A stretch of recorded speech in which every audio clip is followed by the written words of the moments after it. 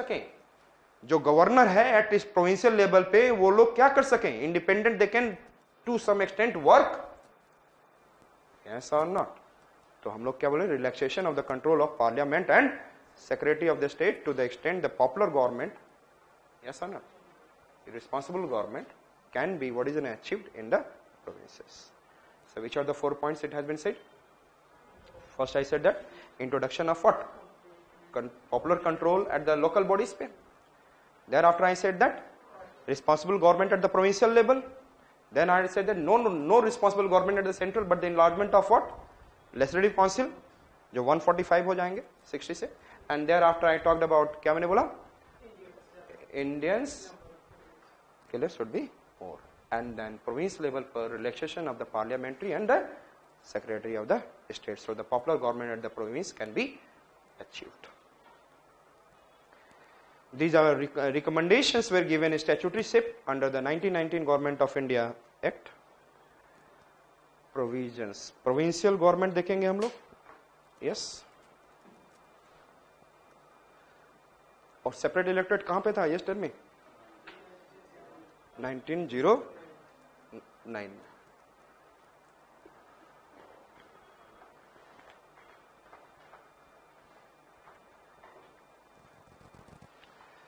Dyarchy, executive side में देखा जाए तो provincial government, dyarchy was introduced and it is explained as under, they are the two sets of government, executive councillor, executive councillor, non-accountable, and popular ministers, accountable legislature, and governor or the head of the province.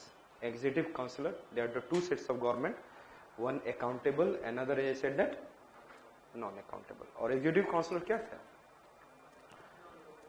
non-accountable, वो ज्यादा accountable नहीं थे। और जो popular government जहाँ पे दे रहे हैं आप, provincial responsible government, जो क्या है वो accountable। और इन सब दोनों का कौन है head, governor. The legislative subjects were divided into two list, reserve list and the reserve list contains subject such as law and order. क्या बात है, किसके हाथ में, इंडियंस के हाथ में नहीं है ये, रिजर्व लिस्ट किसके हाथ में, governor and its council. I said that at provincial level पे जो governor its council, the reserve list contains subject such as law and order, finance, land revenue, irrigation, mining, etc., and was administered by the governor with the help of his council members. Understood? Clear? The transferred list contains subjects such as education, health, local governments, public work. Understood? And then local government रहेगा, यदि आप government level पे local government करोगे, land revenue किसके पास है, governor के पास। पैसा किसके पास है, तो लोकल गवर्नमेंट कहां से करोगे, चंदा लेके। हाँ, मुझे बता दो, पंचायत लेवल पे, विलेज लेवल पे कैसे काम करोगे, और अर्बन रीजन पे भी कैसे काम करोगे। नहीं सर, हमें गवर्नर पैसा नहीं दे रहा है, रिजर्व लिस्ट में है, हम काम ही नहीं कर सकते। समझ में आ रहा है, एकदम contradictory, complete contradictory. I said that finance उसी के पास, understood. I said that health कहां से होगा, नहीं, चलो हम लोग हेल्थ सेंटर डालते हैं, थोड़ा सा एक छाता लगा के बैठ जाते हैं, उस समय तो छाता ही कहेंगे, umbrella, there should be one umbrella, there after sitting over there. पैसा नहीं है भैया, ऐसा करो, मैं तुम्हें प्रिस्क्राइब करता हूँ, जाके लो, और उसके जाने के लिए पता नहीं, जब तक पहुंचेगा वो मर जाएगा। मतलब हेल्थ, एजुकेशन, जहां पे पैसे की बहुत जरूरत है, लोकल गवर्नमेंट चलाने के लिए पैसे की जरूरत है, public work, excise, industry. Excise का ये पैसा किसके पास जाएगा, उसी के पास। इंडस्ट्री, वेट्स एंड मेजर, सबको was administrated by the minister nominated by the governor from the elected representatives of the. तो लेजिस्लेटिव काउंसिल में जो प्रोविंशियल लेजिस्लेटिव काउंसिल में से थे, उसमें से एग्जीक्यूटिव काउंसिल में इलेक्ट नॉमिनेट किया गया। नॉमिनेट किसने किया, गवर्नर जनरल ने। वो भी कहां से, प्रोविंशियल लेजिस्लेटिव काउंसिल से उठा के मेंबरों को नॉमिनेट कर दिया कि that you will the in charge of what, transferred subjects. तो वो किसके लिए होंगे, जनरली नॉमिनेट थोड़ा सा फेथ किसके लिए रहेगा, और वैसे भी उनके पास पावर नहीं है। एक बार एक पेपर लेके चले गए कि मुझे पानी चाहिए यहाँ पर, वो पेपर दे दिया आपने इरिगेशन, आप कहाँ पे है? एग्रीकल्चर सेक्टर में, एग्रीकल्चर यहाँ पे, इसमें एग्रीकल्चर भी है। एग्रीकल्चर आपने दे दिया कि मुझे चाहिए, इरिगेशन वाले डिपार्टमेंट बोल रहे हैं उनके पास जाओ, 6 महीने के बाद बारिश खत्म, फिर उसके बाद दो। पेपर घूमते रहा, nobody is responsible. So this is it is a responsible government, but made it more irresponsible government. It make it what? Complete failure, more irresponsible. I said that the ministers were to be responsible to the legislature and had to resign if no confidence motion was passed by the legislature against them. आज भी ऐसा ही होता है, लेकिन यहाँ पे Indian ministers को हटा दो, but the executive councils were not responsible for the, so the executive council were what is non-accountable, and these people are Indian जो ट्रांसफर सब्जेक्ट में मिनिस्टर्स हैं, they are what? Accountable. जिनके पास कुछ भी नहीं है बाबा जी का ठुल्लू बजाने के लिए, उनको रिस्पॉन्सिबल दे बोल दिया जाए, और जिनके पास सब कुछ है they are what? Non-accountable. In case of failure of constitutional machinery in the province, the governor can take over the administration of the transfer subjects. क्या बात है, फिर तो फेल तो होना ही था. Yes or not? In case of the failure of the what is it? Ministry under the Indian people, those who are not nominated by the Governor General, if it failed, then the transfer subjects will be given to the what? Further, all ministers held power during the pleasure of the governor. थोड़ा बहुत करते रहे कि हमारे हाथ से खिसके नहीं. And then Secretary of the State and Viceroy could interfere in the respect of reserved subject. ऊपर से उन्होंने बोला था रिलैक्सेशन का मतलब सब में रिलैक्स कर दिया, लेकिन मैं रिजर्व सब्जेक्ट में हाथ डाल सकता हूं, जहां पे क्या है फाइनेंस, जहां पे क्या है land revenue. The secretary of the state and then Viceroy or Governor General can put their finger into the what? Reserve, while their scope of interference was limited in the transfer. तो transfer subject का करना भी क्या है, लिखने से तो लिख दिया कि there is scope to interfere in the what is transfer subject is limited. समझ में आ गया? सो व्हाट इज देयर, तो दैट विल बी फेल्यूर और नॉट?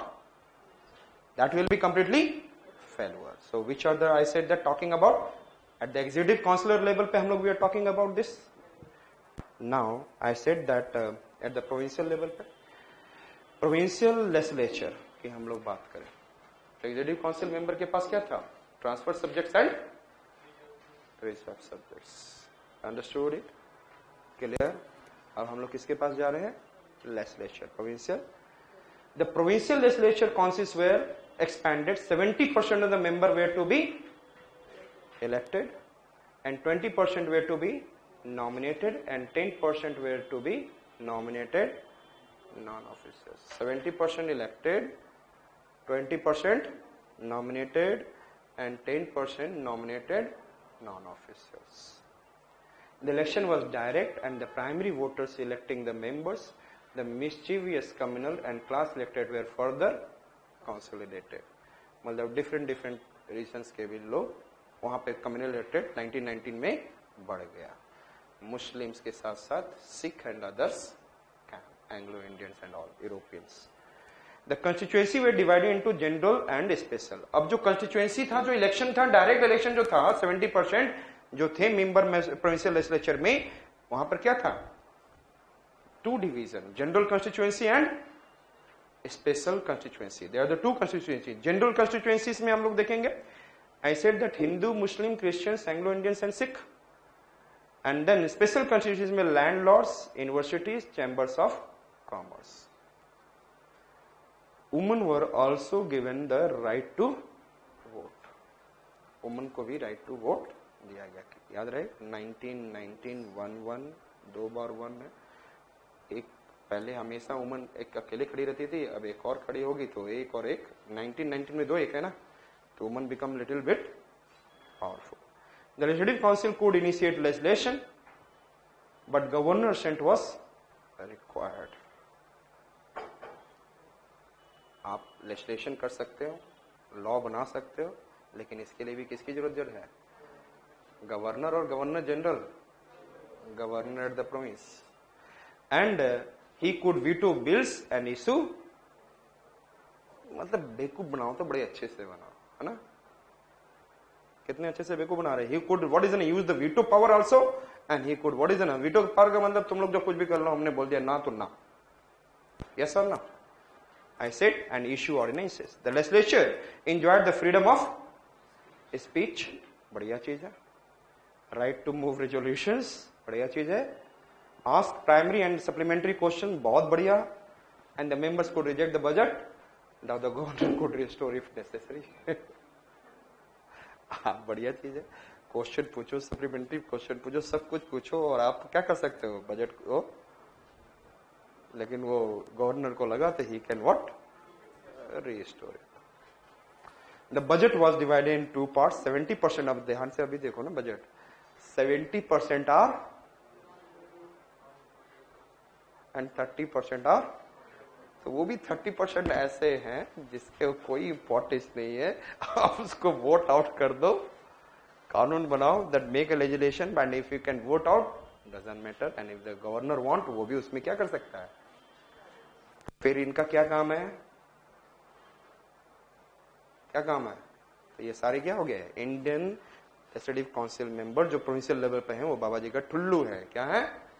कोई काम नहीं है. उन्होंने बोला क्या कि इन द प्रोविंशियल लेजिस्लेचर में there will be 70% Indians, sorry 17% elected, 20% nominated and then 10% nominated non-officials. And if there will be 70% people will be there through the election, the election can be what is enough on the basis of direct election, and it has been divided into the general constituency and a special constituency. And general mean Hindu, Muslim and all, and then other landlord chamber of commerce and all, it will be in the municipality. वो सारे क्या होंगे special constituencies में.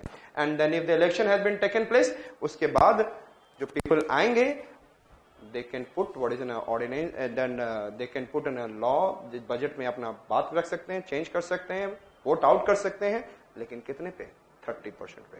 And whether the governor wants they can return back. लेकिन ये legislation यदि कुछ बनाते हैं, the legislative council has done, they can make the law, but उस पे कौन पुट कर सकता finger. By the veto and by, and you can also pass ordinances. अब हम लोगों ने क्या देख लिया. प्रोविंस में executive council, transfer subject, reserve subject. कोई फायदा नहीं. There after I said that वहां पर भी रिजर्व सेगमेंट में कौन हैंड डाल सकता है. Secretary of the State and Governor General.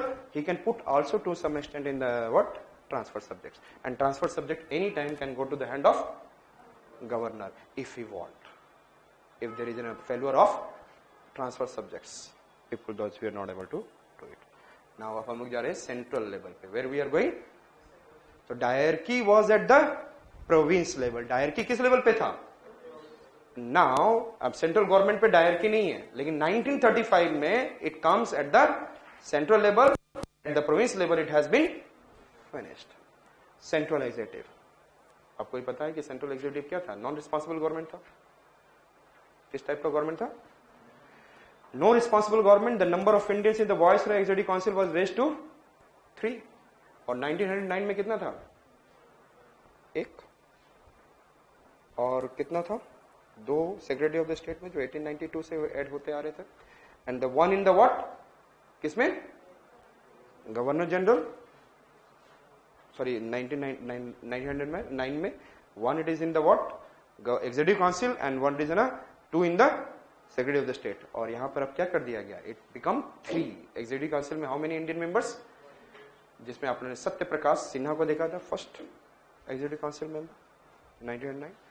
The Viceroy to be the chief executive authority. ये बोलने की जरूरत हुई ना, हम लोगों को सबको समझ में आता है. There were 2 lists for administration, central and provincial.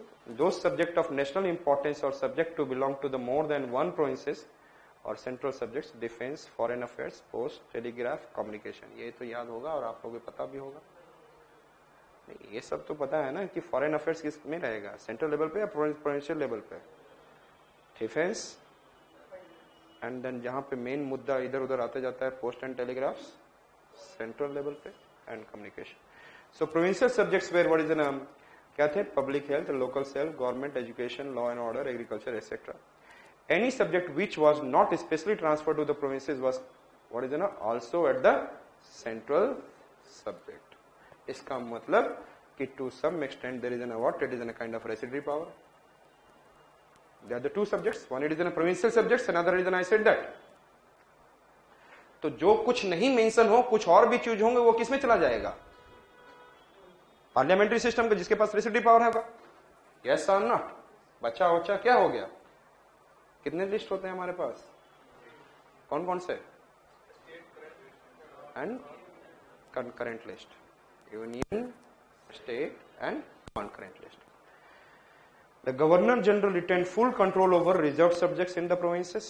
ये भी आपको पता है, जो गवर्नर था तो गवर्नर जनरल के अंडर में ही था.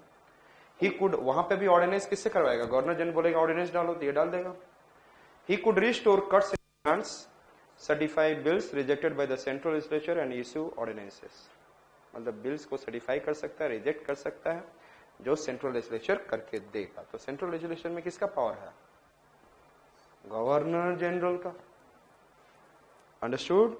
तो देखते हैं सेंट्रल लेजिस्लेचर क्या है. Central legislature, I said that it is an bicameral legislature. जैसे आज के डेट में हमें दिखता है legislative assembly, that is a lower house, and then council of state as an upper house. Understood?